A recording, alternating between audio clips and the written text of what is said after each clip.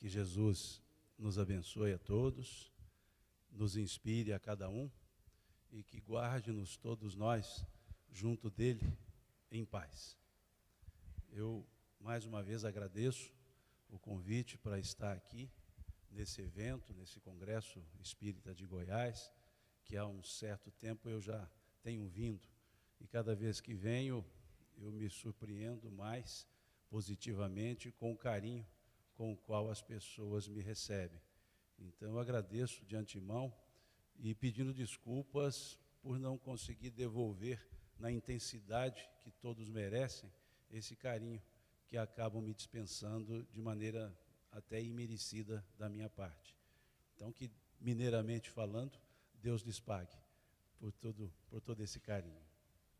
Aqui conversaremos sobre família, mas antes eu gostaria de convidá-los a conhecer um stand que aqui está, que é da creche espírita Casa Verde, da cidade de Aparecida de Goiânia, que pessoas amigas desenvolvem um trabalho com crianças carentes e formam, de certa forma, uma família, a família universal.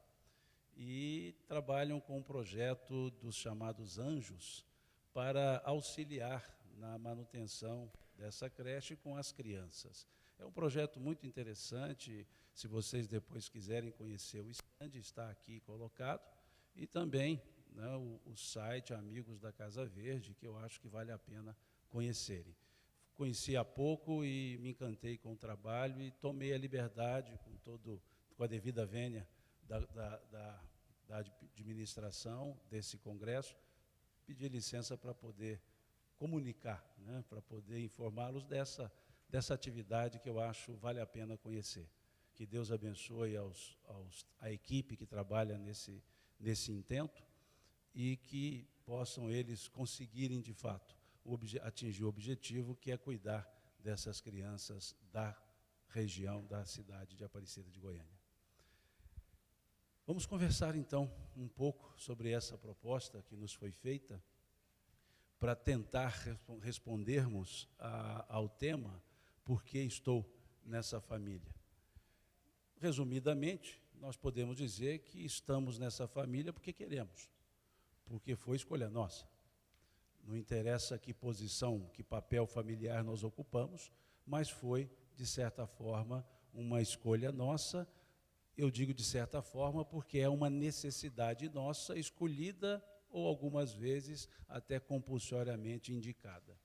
Então é sobre essa ideia, para chegar nessa conclusão de foi escolha nossa, que nós vamos conversar um pouco, chamando a atenção para o elemento família, que nós poderíamos abordar sobre dois prismas, dois aspectos distintos. Um prisma que nós chamaríamos então o aspecto social, o prisma social, e o prisma espiritual, o aspecto espiritual da família.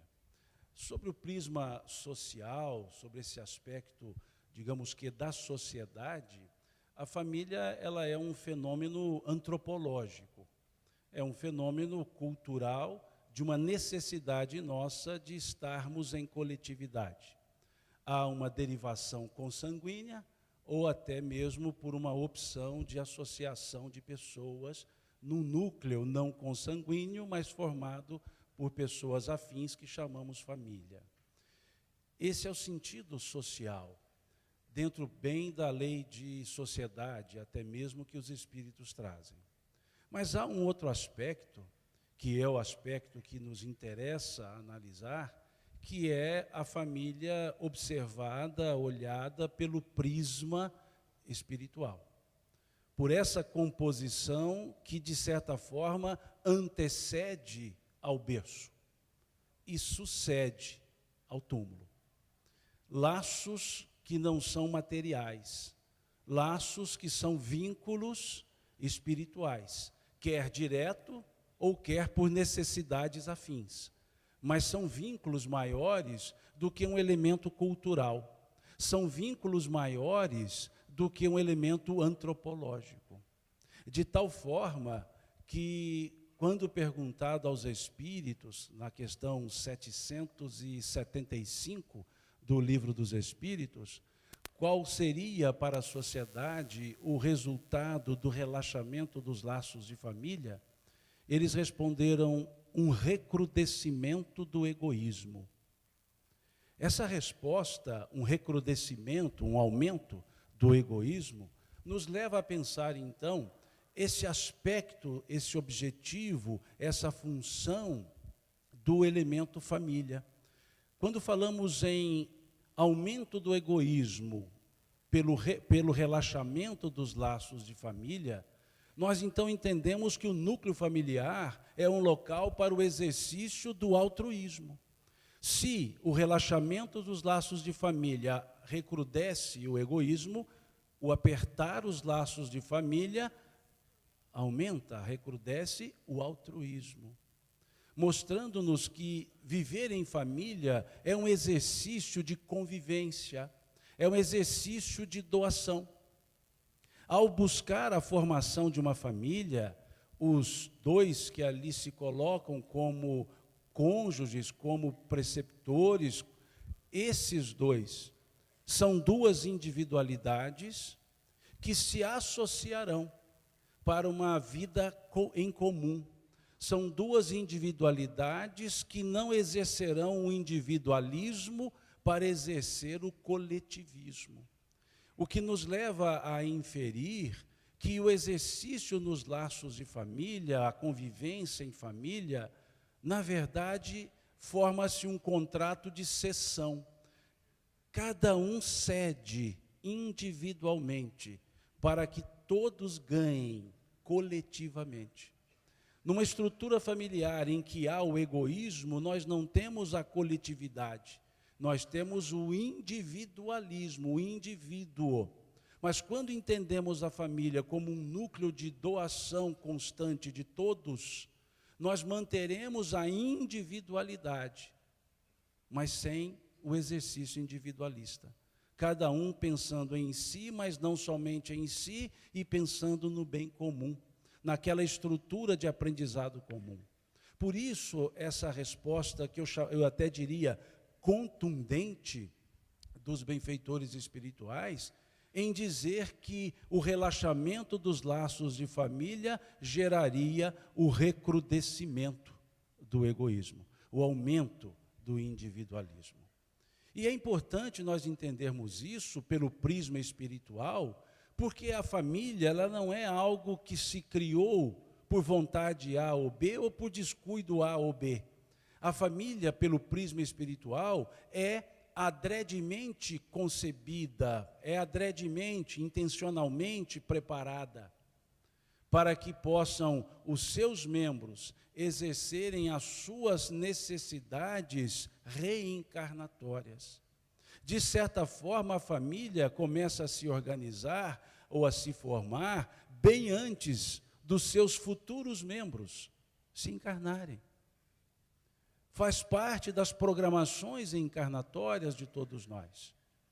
Faz parte de um processo que atende à nossa necessidade evolutiva, e ali os membros da família são reunidos, são unidos por laços de necessidades afins, sejam diretamente uns com os outros, ou até não uns com os outros, mas com a mesma causa, com a mesma característica de afinidade das necessidades encarnatórias para o processo evolutivo.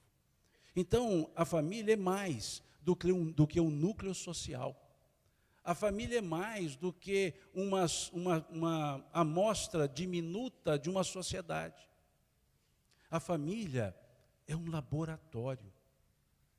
laboratório de experiências evolutivas.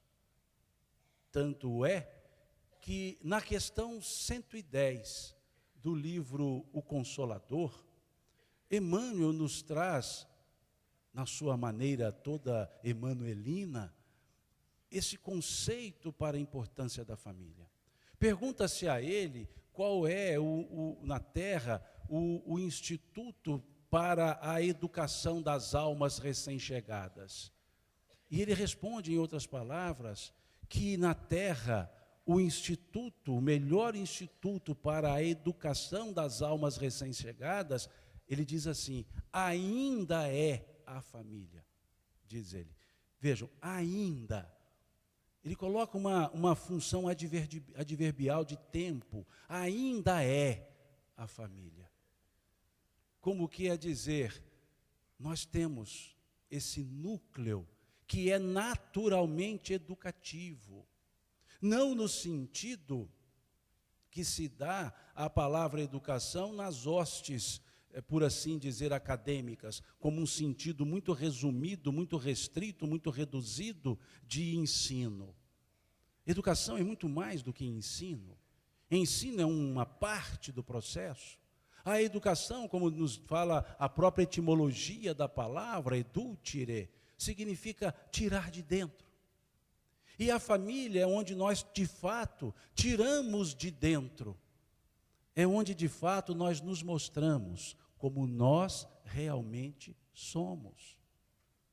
Porque entre estranhos, fora da família, principalmente entre não conhecidos, nós nos mostramos como nós queremos que as pessoas nos vejam. Mas na família, nós nos mostramos naturalmente como nós somos. Por isso é o instituto, por assim dizer, na ideia de Emmanuel, sagrado, no sentido específico da palavra, sacrum, sagrado. Não no sentido religioso, mas no sentido profundo da sacralidade, da respeitabilidade. Viver em família é um exercício sacrifício, também no sentido etimológico da palavra sacrifício, sacrum mais facere, fazer de maneira sagrada e não um exercício de dores e sofrimento, como as pessoas atribuem à palavra sacrifício. Sacrifício nunca é doloroso, sacrifício nunca é difícil. Sacrifício, sacrum facere, fazer sagrado, tornar sagrado aquilo que nós estamos fazendo. E é isso que nós temos no exercício da família, onde nós podemos nos mostrar, e nos mostrando, nós nos educamos. Nós, entre estranhos, como é que reagimos, ou como é que agimos normalmente? Entre pessoas desconhecidas. Quais são as nossas palavras entre pessoas desconhecidas? Por favor, muito obrigado, não seja por isso. Você primeiro, com licença. E entre os familiares dentro de casa? Cala, sai, quieta, mineiramente falando, dá sossego. Vejam, é isso o elemento. Porque na família nós nos mostramos de forma reflexiva. E o reflexo nada mais é do que a demonstração do que nós somos, sem antes passar pelo crivo do que vão pensar a meu respeito. Na família eu não paro para pensar, não vou agir assim, senão o que eles vão pensar de mim? Na família eles já sabem quem que eu sou. E aí é que vem, portanto, essa ideia emanuelina de dizer que esse instituto ainda é o lar. Porque é ali que nós podemos, melhor dizendo, nos mostrar. Sermos quem somos para nos melhorar. Conviver com as pessoas com as quais preciso conviver. É esse o elemento constante nessa questão 110 do livro O Consolador, dessa resposta do Espírito Emmanuel. Ali eu sou, genuinamente, quem de fato eu sou. E aí entendemos então a importância desse núcleo chamado família. Dessa necessidade, como bem foi feita uma campanha em tempos passados pela Federação Espírita Brasileira, aperte mais esse laço, laços de família. Perfeita a campanha. Para nos chamar a atenção que por mais difíceis que possam parecer-nos as situações familiares, nós precisamos apertar o laço e não romper o laço.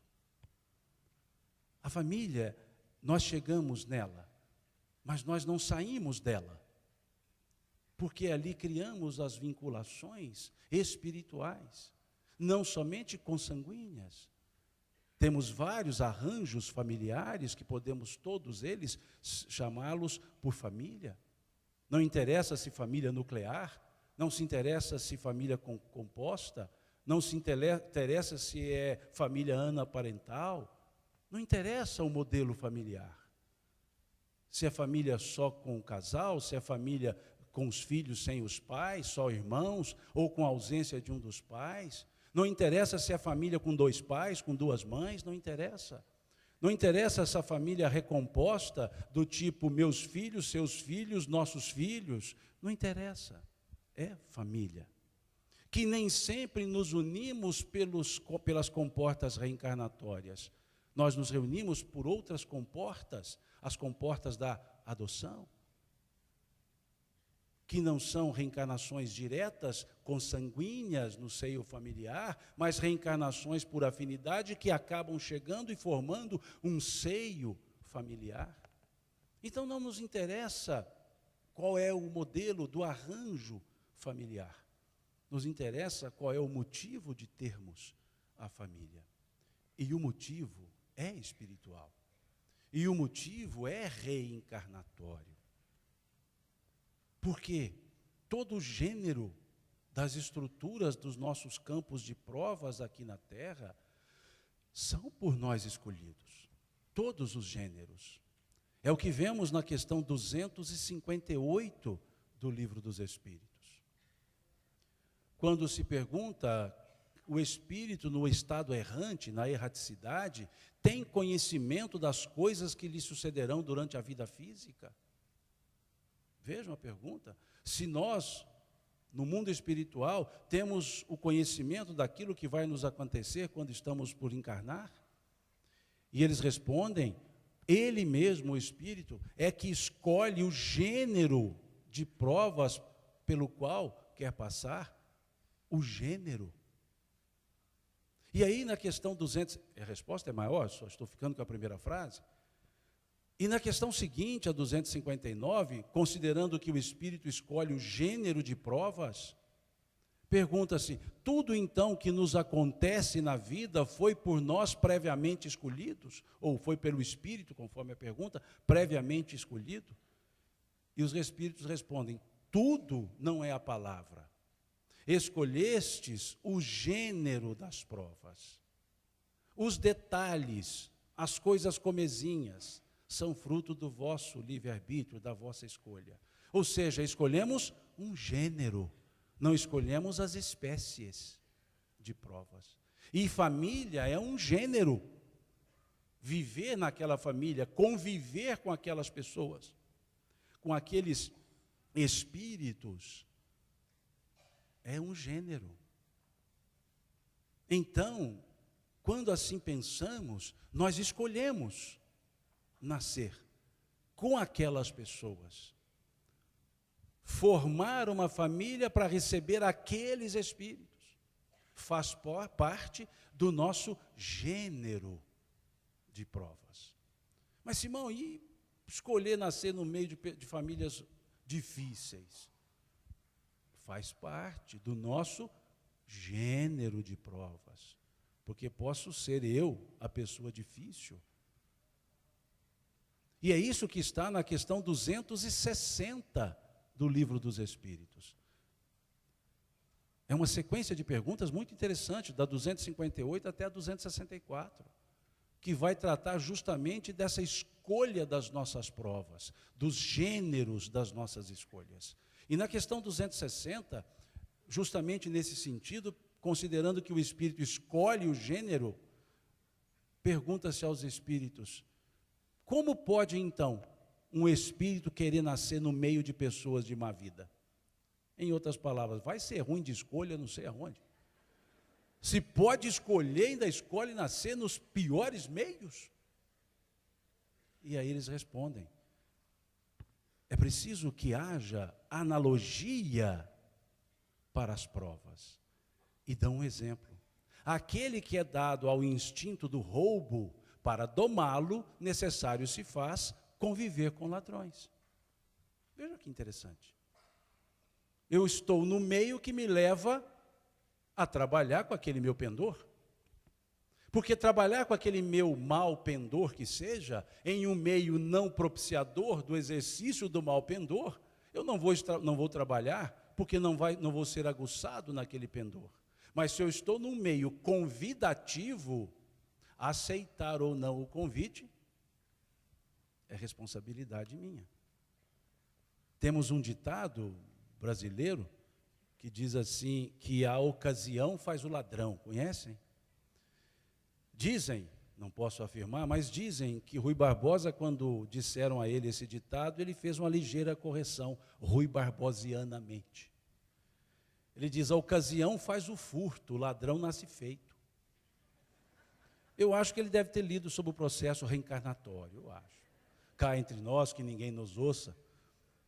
Mas vejam, a ocasião não faz a pessoa, a ocasião gera a oportunidade, a pessoa se faz, a pessoa se coloca ante aquela situação. Porque uma mesma situação, ou diante de uma mesma situação, duas pessoas podem agir e reagir de maneira diferente.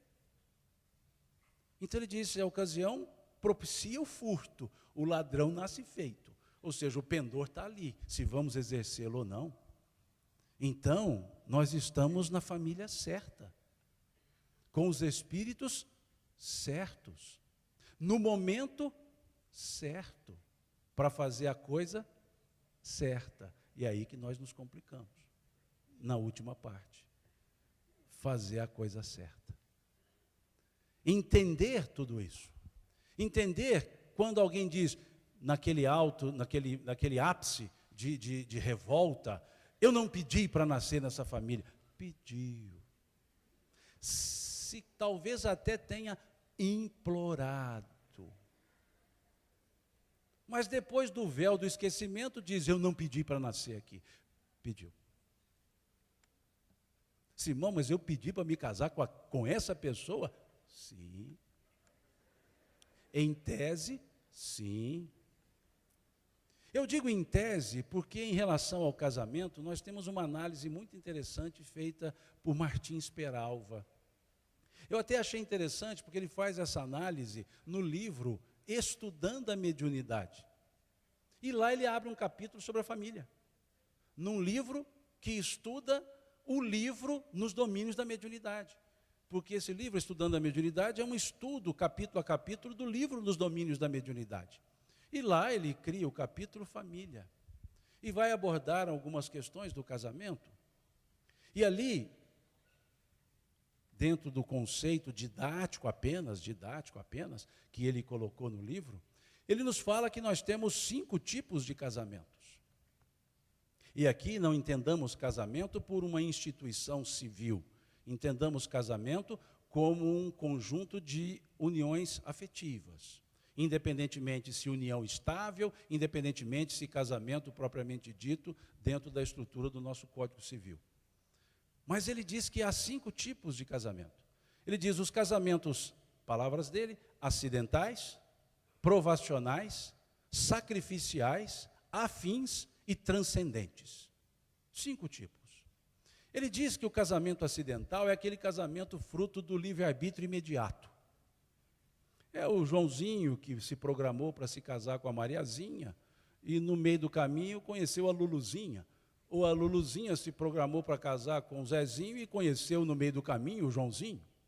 E naquela programação de casar-me com outra ou com outra pessoa, casa-se com outra pessoa. Ele diz acidental, talvez não seja a palavra mais indicada, mas é a terminologia que ele utilizou. Ele quer dizer que nós temos uma programação, mas nós temos a liberdade relativa dentro da programação de postergá-la, de não exercê-la, porque nós não somos marionetes, porque se assim fôssemos, nós não seríamos responsáveis pelos nossos atos, e nós somos responsáveis pelos nossos atos, porque nós temos o direito de escolha. Escolha absoluta como quando estamos por encarnar, escolha relativa dentro daquelas estruturas que nós programamos no mundo espiritual. É como se disséssemos, no mundo espiritual estou livre para escolher onde ficar, no mundo material eu estou livre para andar dentro daquele lugar que eu escolhi para ficar. Ou seja, sou livre para ir onde eu quiser, desde que eu não saia dessa sala. Mas em cada canto eu posso encontrar uma situação diferente. Essa é a relatividade da escolha depois de encarnado. É o que diz a questão 259 do Livro dos Espíritos. Então ele chama de casamento acidental esse casamento fruto da paixão imediata. Aquele momento em que eu me encontro com a pessoa e ela é a pessoa mais linda do mundo. E aquela beleza me une àquela pessoa e ali nós nos alimentamos. E essa beleza física, atlética, escultural, ela continua uma escultura, só que vai mudando o modelo, né? Por exemplo, eu tinha, na minha fase de jovem, eu tinha a mesma escultura, com a diferença, a localização mais proeminente era aqui no peito, agora desceu um pouco, mas é a mesma estrutura, só que com desenho um pouco diferente. Então, essa estrutura chamativa de momento, ela pode ceder espaço para uma estrutura diferente. Mineiramente falando, a gente pode passar um colchão amarrado, e aí aquela estrutura acidental se acidenta, e o motivo da união desaparece. Então ele quer dizer que são aquelas estruturas de união, frutas de decisões imediatistas, fruto da carência, fruto da fuga, fruto da beleza física, mas que não estava dentro da programação, mas eu posso estruturar a minha programação. Diz ele também que há o casamento provacional, que segundo ele é a maioria dos casamentos, que são duas almas devedoras que se acham credoras, e exerce o direito de credor sem a obrigação do devedor. Esse contrato deixa de ser oneroso para as duas partes, e passam a ser apenas dois credores. E esse casamento tende a dar certo, sim, se houver maturidade. Tende a dar certo também se não houver maturidade, porque vão se ajustando e a maturidade vai surgindo, ou tende a não dar certo, dependendo da imaturidade, da inconsequência, do individualismo, daqueles que compõem a estrutura. Mas é um casamento dentro da programação encarnatória. Diz ele que há um outro tipo, o casamento sacrificial, em que um dos cônjuges, uma das almas, avançou mais e resolveu consorciar-se com aquela menos avançada para ajudá-la no processo de crescimento. Eu sei que as mulheres estão pensando, esse é meu tipo de casamento. Eu sei disso, a gente percebe. Eu pude perceber porque um começou a cutucar no outro assim, está vendo? Está vendo? Não, na verdade é sim, na maioria das vezes sim, né? Porque o homem, a gente ainda está nessa estrutura um pouco atrasada, mas a gente é rápido, já chega, né? Só que vocês são mais rápidas ainda, então a gente não alcança. Mas um dia a gente chega lá, né? Num processo de Adão para Eva, né? Ou seja, a Eva, o Adão melhorado, né? A Eva, uma sequência melhorada do Adão, a gente chega lá. Por isso, ora estagiamos num corpo masculino, num corpo de homem, ora num corpo de mulher, para exercer as energias masculina e feminina, que são energias da potência espiritual. Mas vamos aprendendo. Mas esse casamento sacrificial também existe. E as pessoas, então, aquela alma resolve trabalhar mais com aquela outra, ou aquelas outras, dependendo do papel familiar que nós exercemos, seja cônjuge, seja filho, seja pai, seja mãe, avô, avó. Ou seja, o papel familiar está atrelado à necessidade que temos de nos ajustarmos naquela convivência. Então há esse casamento. Diz ele que há o casamento afim, que é aquele casamento de duas almas que se conhecem, se respeitam, se amam e querem estar juntas para um fortalecimento mútuo e condições melhores de atuar com aqueles espíritos que chegam na condição de filhos.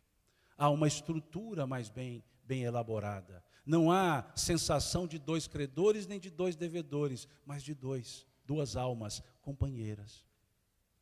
E há o casamento que ele chamou de transcendental, que vai além da afinidade.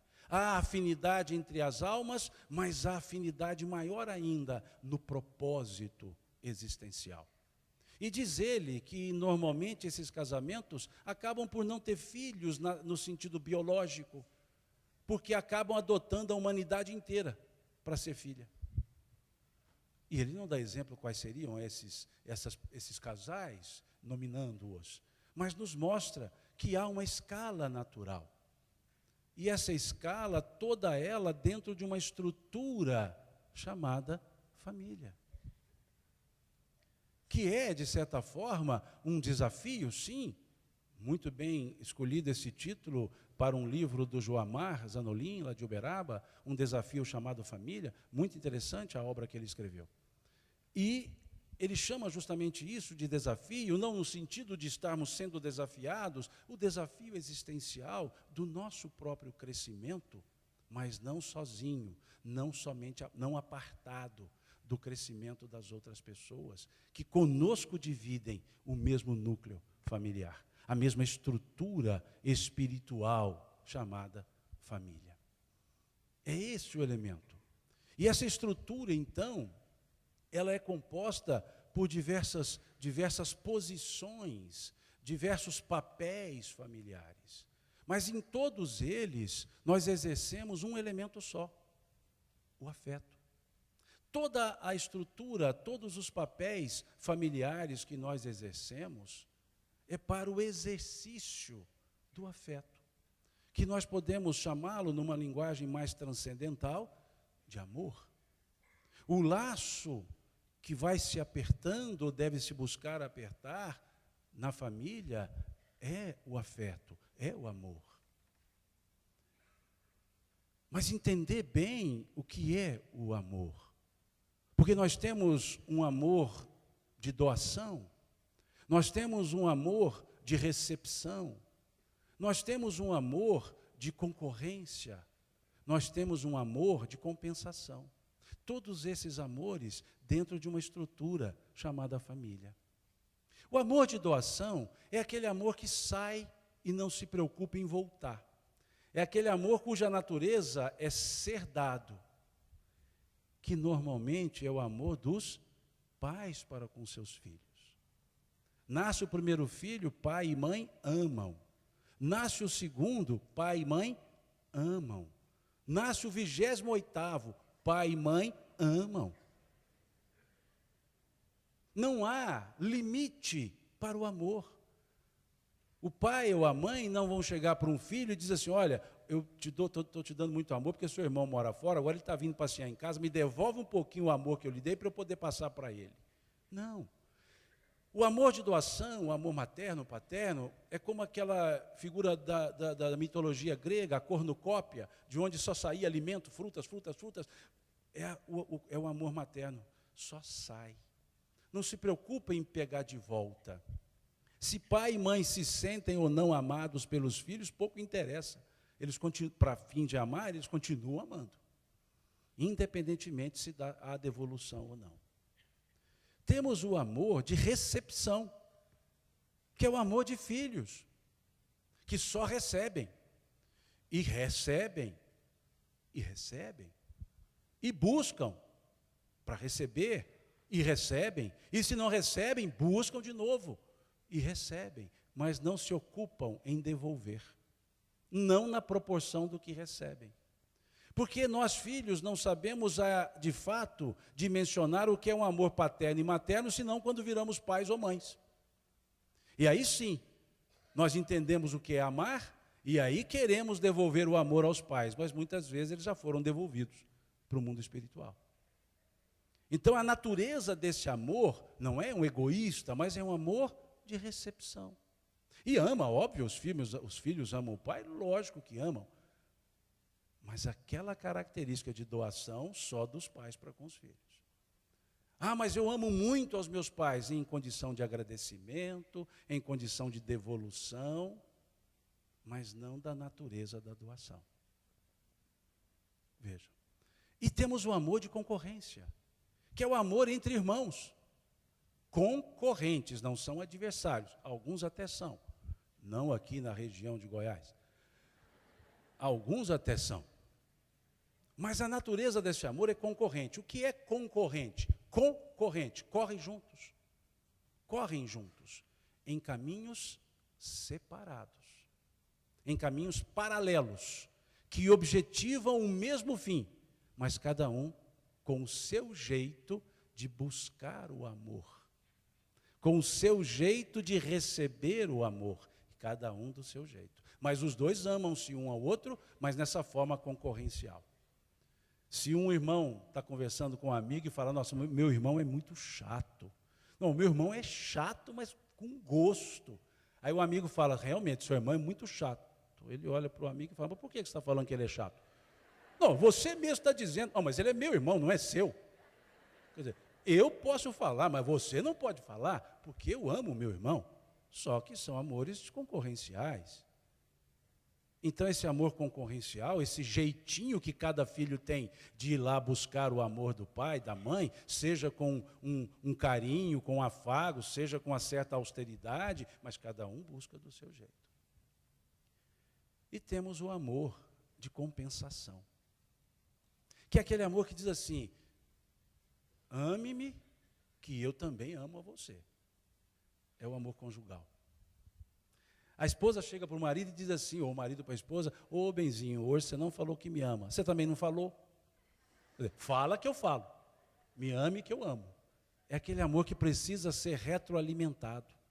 Eu preciso saber que eu sou amado, para eu poder ter a liberdade de dizer que eu também amo. Porque vai que eu falo que amo e não volta isso. Veja.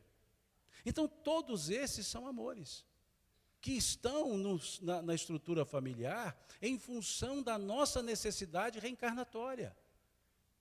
Eu encontro-me na posição de irmão com aquela alma que eu preciso ajustar às concorrências. Eu me coloco na condição de filho com aquela alma da qual eu preciso receber amor incondicional. E eu me coloco na condição de pai ou mãe em relação àquelas almas que precisam ser amadas sem restrição. E eu coloco-me na condição de companheiro ou companheira, de cônjuge, em relação àquela alma que nós precisamos nos compensar. Vejam que o papel familiar tem a ver com a necessidade da prova. Imaginemos, numa encarnação eu tive uma pessoa que foi minha inimiga, que me fez muito mal, que eu guardei para com ela uma animosidade tamanha, uma raiva tamanha, talvez até mesmo um ódio tamanho, e encarna como meu filho, minha filha, o véu do esquecimento, nem me lembro disso mais, e amo incondicionalmente. Desencarno-me, encontro-me com aquela alma e falo, você foi aquela pessoa que no passado me prejudicou muito, mas você foi agora há pouco meu filho, minha filha, que eu amei intensamente. Compensa, resolve-se. Então, a posição que nós ocupamos na família tem a ver com a nossa necessidade reencarnatória, de exercício do amor. E o que vai unir esses amores todos diferentes? O afeto, que nós chamamos aqui de amizade. Não a amizade no sentido coleguismo, de ter o meu colega. A amizade no sentido de gostar, de ter afeto, sem nada pedir de volta. Porque a amizade é assim. O marido viaja, fica um tempo fora, ou a esposa viaja, fica um tempo fora, e depois de uns 4, 5 dias, liga para o marido ou para a esposa. E aí o de cá atende e fala, por que você está me ligando somente agora? Depois de 5 dias. A pessoa explica, mas não convence, mas tudo bem. Depois liga para o amigo ou para a amiga, e o amigo ou a amiga atende de lá e fala, que bom que você está me ligando agora. Aquela amizade genuína, ela não cobra, ela não exige. E é isso que precisamos entender o amor. Porque o amor para nós, ele fica um tanto confuso, ele é muito apaixonado, ele é muito passional. Como nós vemos lá naquela carta, naquele poema, melhor dizendo, do poeta Luís de Camões, lá do século XVI. Ele escreve um poema chamado Cântico ao Amor. E ele diz, o amor é o fogo que arde sem se ver. É ferida que dói e não se sente. É um contentamento descontente. É dor que desatina sem doer. É um não querer mais que o bem querer. É um solitário andando por entre as gentes. É um não nunca contentar-se de contente. É cuidar do que se ganha em se perder. É estar-se preso por vontade. É servir a quem vence, o vencedor. é ter para com quem nos mata a lealdade. Como pode o amor causar no coração dos homens amizade, se tão contrário a si é o mesmo amor?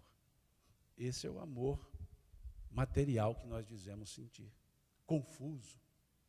Diferente do amor afeto, do amor amizade, do amor genuíno, ou melhor dizendo, do amor ágape, trazido pelo apóstolo Paulo, na sua carta primeira aos Coríntios, no capítulo 13. Quando ele diz que o amor não se ensoberbece, o amor não arde em ciúmes, o amor não se ufana, o amor é benigno, o amor tudo ama.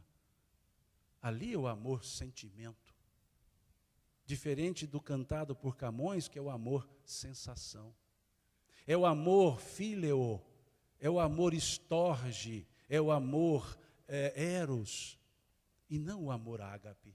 E na família nós começamos naquele conjugal com o amor eros, depois numa relação de convivência com esse amor estorge, da familiaridade, depois o amor fíleo, que é o amor da bondade, da filantropia, o amor fíleo, e depois o amor ágape, que é aquele amor transcendente. E a família que vai nos fazer desenvolver.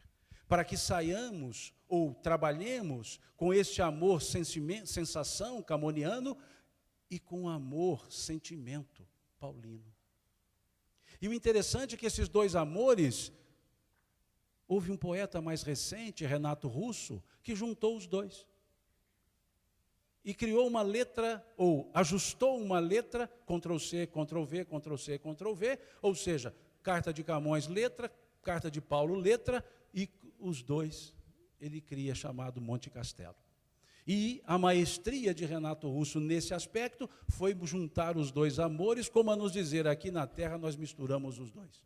Ora é transcendente, ora é interesseiro. E ele junta as duas letras nessa música chamada Monte Castelo.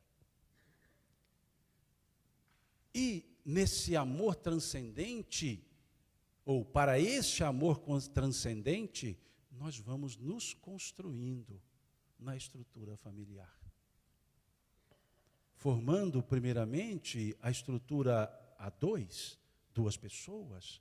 Não quer dizer que isso é obrigatório, mas em tese, quem não está preparado para conviver em dois ou a dois, não está em condições de conviver em três. Ou seja, qual é a função dessa junção chamada conjugalidade? É que essas duas almas que vêm de lugares diferentes, de famílias diferentes, com hábitos diferentes, estruturas mentais diferentes, se juntem, se unam, melhor dizendo, para criar uma outra estrutura com as duas diferenças. Porque aquele casal que se une dizendo assim, eu vou transformar o outro, não vai lograr êxito. Aquela estrutura que a mãe chega para o filho e fala assim, uma mãe mineira, meu filho do céu. Porque todo filho é do céu, né, para as mães e para os pais. Meu filho do céu, você vai se casar com aquela moça? Vocês dois brigam o dia inteiro. E ele diz para a mãe assim, pode deixar, mãe. Depois que nós nos casarmos, eu mudo ela. Assim. Bem mineiro, muda ela, porque mineiro é econômico. A gente lá gosta de economizar. Para que criar muita palavra se dá para entender juntando duas? Né? Para que ficar perdendo tempo, gastando tinta? Então a gente é mais econômico lá em Minas. Ele diz assim, eu mudo ela. E a mãe chega para a filha e fala, filha, você vai se casar com esse moço? Vocês dois brigam o dia todo. Pode deixar, mãe, depois que nós nos casarmos, eu mudo ele. E o mudela, conseguem. Ele fica igual ela era, ela fica igual ele era. Diferente do mesmo jeito. Porque a conjugalidade respeita as diferenças. E esse amor da conjugalidade, da compensação, vai caminhando para a harmonização. Em que cada um continua cada um. Mas formam dois. E se realizam na coletividade. Quando no Gênesis bíblico encontramos, deixará o homem, seu pai e sua mãe, unir-se à mulher e formarão os dois uma só carne, não é uma só pessoa. Isso é força de linguagem para dizer um só propósito, mas são duas individualidades diferentes. que precisam respeitar a si e ao outro, mantendo as duas individualidades diferentes. Não tentando modelo e modela, tentando nós. Continua a primeira pessoa, só que do plural. E não mais a primeira pessoa do singular. Não mais eu, e sim nós. Formando um só propósito de existência. Sem exigência, sem imposição. Com respeitabilidade e harmonia, mantendo as próprias diferenças. É o que nos fala o poeta libanês, Khalil Gibran, quando no livro Profeta pedem para que fale-nos dos casais.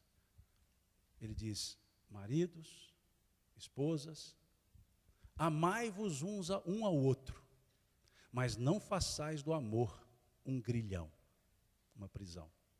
Dai de comer um ao outro do mesmo pão, mas não comais o mesmo pedaço. Dai de beber um ao outro da mesma bebida, mas não bebais na mesma taça. Sede vós como são as cordas da lira, que são separadas, mas vibram juntas, numa perfeita harmonia. Veja que interessante. Numa perfeita harmonia. O que é harmonia? A soma dos desiguais. Mantendo as diferenças. Como numa orquestra, que o violino, ao ser tocado, sai som de violino. O tambor, quando é tocado, o percussionista, quando toca, sai som de tambor. Aquele trompetista, quando sopra o trompete, sai som de trompete. Ou seja, cada instrumento tem o seu próprio som.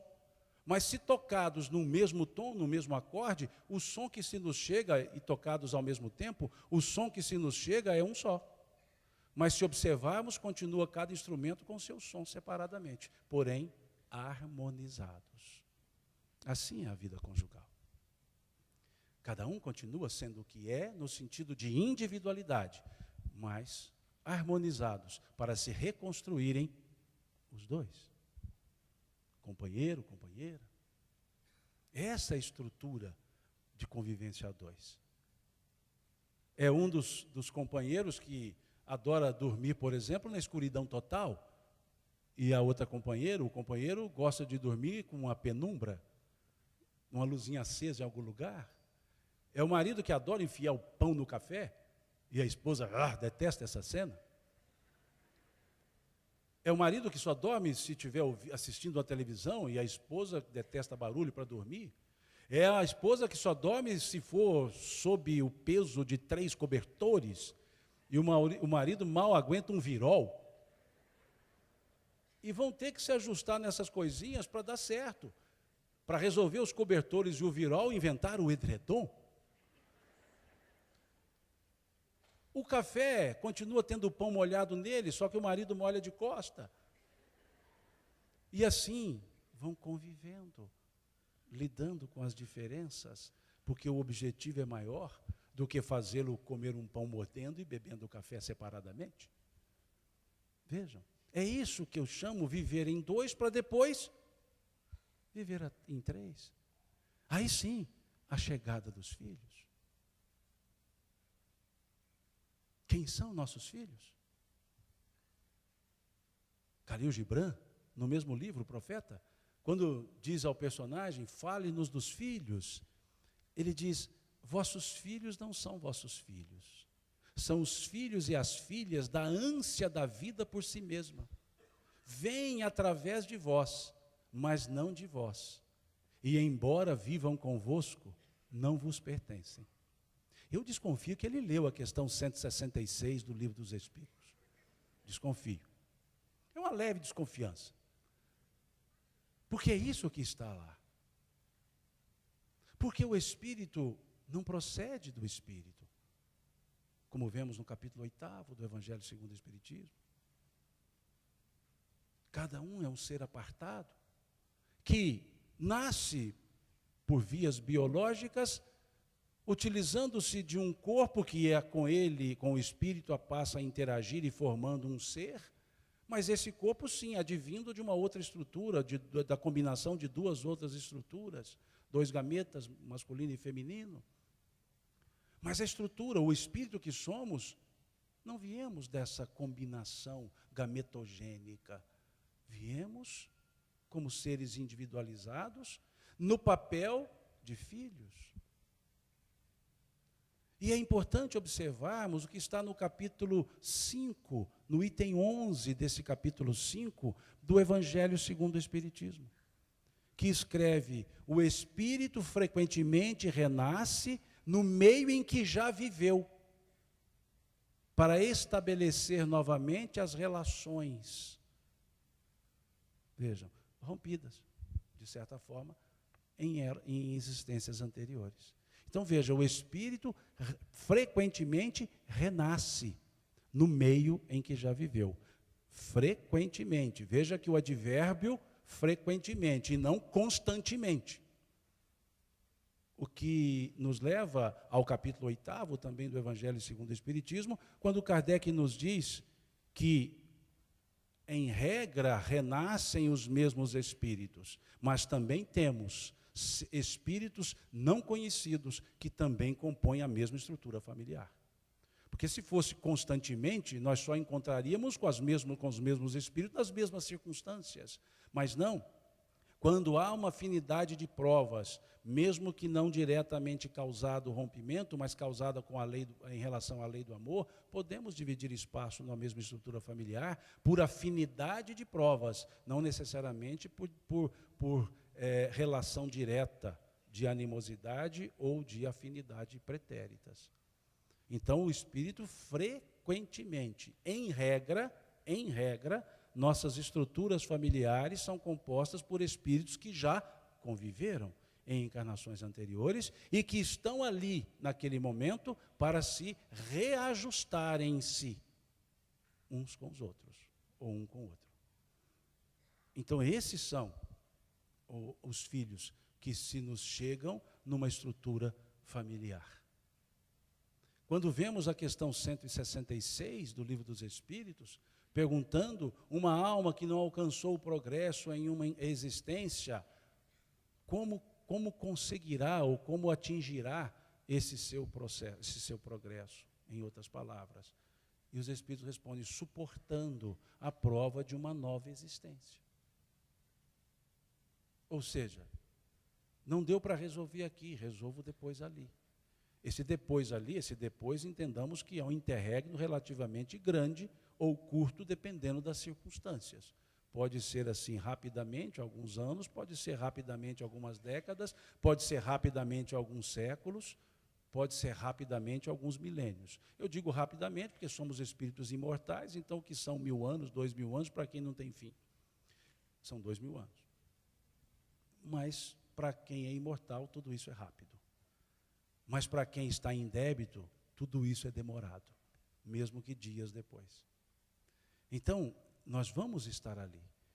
Nós vamos voltar para suportar, vejam o verbo utilizado pelos Espíritos, suportar a prova de uma nova existência. E começando pela estrutura familiar, porque por ali é que chegamos.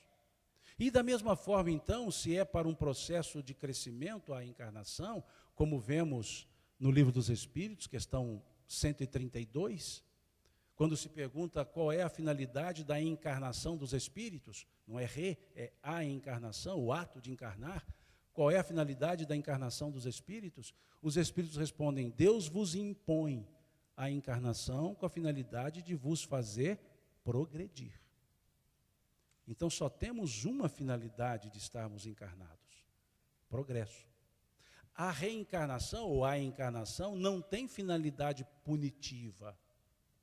A reencarnação não é para que ninguém sofra, não é para que ninguém seja punido. Sofrimento é decorrência, é consequência de atos, de escolhas. Mas tudo tem uma finalidade só: progredir. E quando aqui chegamos pelas hostes familiares, pela conjugação de 2 seres, 2 gametas, que vão permitir a formação corporal na qual eu estarei em curso. Ou seja, eu vou utilizar um corpo, muito corpo, no meu caso, mas vamos utilizar. E então, ali chego. Se a encarnação tem por finalidade fazer o espírito progredir, podemos até nos perguntar, mas então não se progride no mundo espiritual? Lógico, é a questão 230 do Livro dos Espíritos. No estado errante, progride o espírito? Eles respondem sim, em conhecimento. Mas só o contato com a carne lhe permite exercitar o conhecimento adquirido. Ou seja, nos devolve para a terra do mesmo jeito.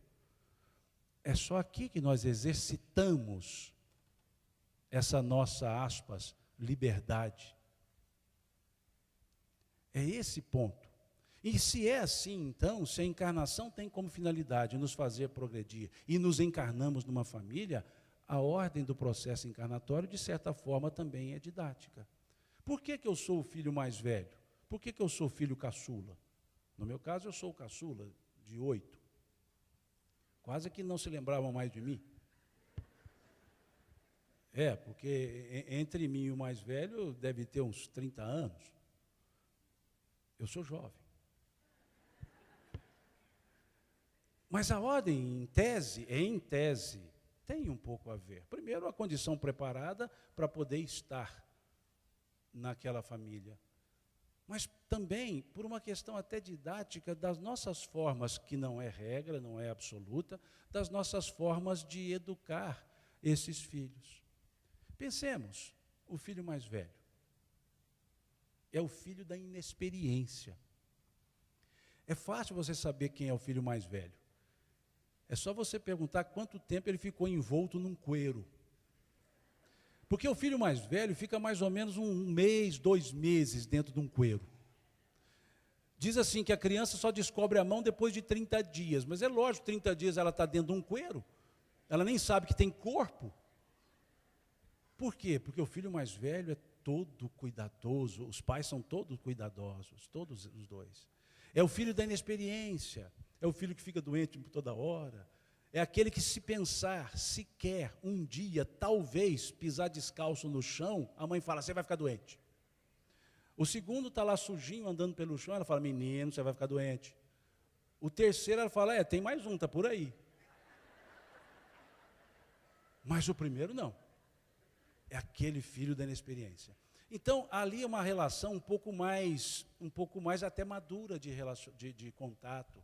É o filho preposto do pai e da mãe, né? É a filha preposta do pai e da mãe, preposto do pai e da mãe, pelo seguinte, a mãe vai sair e falar com a filha, cuida dos seus irmãos, que ela é mais velha. Obedece a sua irmã, ela é mais velha.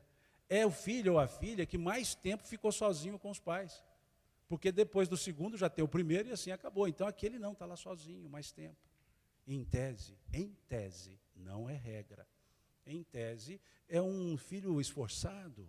Ele até pode não ter boas notas, mas se manda fazer a lição, ele faz. Se é para estudar, ele estuda. Se é para virar a página, ele vira. É aquele filho que a mãe está recebendo visita em casa, ele chega correndo na sala, a mãe olha com um canto de olho, ele volta caladinho. É o filho que talvez tenha uma necessidade de estar mais próximo para exercer uma autoridade sobre outros, mas com uma autoridade maior acima dele, pai e mãe. É aquele que talvez está ali porque precisa de uma atenção um pouco mais exclusiva num dado momento, para que ele possa se sentir mais ajustado. Então vejam a estrutura desse filho mais velho. Não é regra, mas a gente encontra em maioria essa característica. O filho do meio. Normalmente ele é o filho da comparação. Seu irmão mais velho na sua idade, e aí vem com uma série de situações. Seu irmão mais velho na sua idade já tinha terminado, já tinha passado de ano. Seu irmão mais velho na sua idade já trabalhava. Seu irmão mais velho... E ele olha para o mais velho... E qual é a tendência do meio? O oposto do mais velho. O mais velho é introspectivo, é introvertido, mas o do meio é todo extrovertido. O do meio é aquele filho que a mãe está recebendo visita em casa e ele entra correndo na sala, a mãe olha com o canto do olho e ele fala assim, por que só está me olhando desse jeito? Porque a integridade já tem o mais velho, então ele tenta fazer de uma forma diferente, porque vai buscar o mesmo elemento que o mais velho buscou, o amor. E do jeito dele. Então ele é todo diferente. É aquele que você tem que falar: filho, você não estudou, pode deixar, mãe. Eu já sei, está tudo aqui. Mas você não anotou nada, para quê? Anota quem não entende, eu entendo. E assim vai. Por quê? Ele não será comparado se ele não for semelhante. Porque só se compara as semelhanças, não as diferenças. Não quer dizer que é ruim, não é isso, mas é outro estilo. E ali vai lidar com dupla autoridade do pai e do pseudo-autoritário, que é o irmão mais velho. E ele tem que dar um jeito de, lá em Minas nós dizemos, cortar uma volta para poder chegar ao pai. Não vai em linha reta porque já tem o do meio, então ele dá um jeito na lateral. É aquele do pessoal mais antigo pegou mal. O pessoal mais experiente aqui deve se lembrar de um desenho animado chamado Leão da Montanha, que falava assim: saída lateral pela direita, saída transversal pela esquerda. Ou seja, o filho do meio está sempre com saídas laterais para chegar até aquela cornucópia de amor que são os pais. Vamos encurtar essa família? O caçula, que sejam só dos 3. Qual é a característica dele? Integridade já tem o mais velho. No bom sentido da palavra, a astúcia já tem o do meio. O que sobra para ele? Isso eu falo por experiência própria. Eu tinha um mais velho e 6 no meio. Sobra o jeitinho. O caçula é fácil você saber quem é. É só olhar aquele que manteve o apelido para a vida inteira. Que eu não vou contar qual é o meu, óbvio. É lógico. Isso já são águas passadas, e muito passadas. Quase que já voltaram essas águas. Mas vejam, é o Joãozinho, o Zezinho. Aí você chama assim: vem cá, Joãozinho. Aí chega 2 metros de Joãozinho. E é o Joãozinho. O filho caçula, ele tem uma forma mais pegajosa. É aquele que ama com as mãos. Tem que ficar segurando. Não pode ver um colo vazio, colo de mãe, nó. Ele fala assim, nu, e já corre para o colo. A mãe, coitada, já esquálida, e ele, aquele 2 metros de Joãozinho, Zezinho, Pedrinho, Luizinho, senta. Adora. Ele abraça, mas abraça assim, encostando o peito. É o afago. É uma característica própria. Muito compreensivo, porém esperto. Compreensivo porque chega a mãe com um presente na mão e ele fala: oba, ela fala: que isso? É um tênis. Oba, eu vou ganhar um tênis do meu irmão. Porque sabe que aquele vai para o irmão mais velho, que passa depois para ele o que era do irmão mais velho. Mas ao mesmo tempo ele ocupa o espaço dele. Porque o irmão mais velho diz assim, ele olha o irmão mais velho se arrumando para sair de casa, ele diz assim: onde você vai? Eu vou sair, eu quero ir com você. Que é isso? Você é um menino pirralho, não vou levar. Mãe, é a palavra-chave. Mãe, vamos. Porque ele vai dizer: eu conto o que você fez no verão passado. Vejam, são estruturas, e esse precisa de muita gente anteriormente para poder dizer para ele assim: abaixa o facho, calma, tem gente na frente, não seja ansioso. Então vejamos, a ordem do nascimento, considerando os aspectos socioeducacionais, culturais que nós adotamos, influencia, ou tem a ver com a necessidade do espírito reencarnante. Esses são os filhos. E pressupõe-se que os pais tenham essa estrutura para lidar com essas características de alma, com essas características de espíritos, que formarão ali, então, o que nós chamamos família. Com toda essa estrutura espiritual, a família é a coisa mais bela do mundo. Não afrouxemos nunca esse laço de afeto e amor que une a família. Deus lhes pague.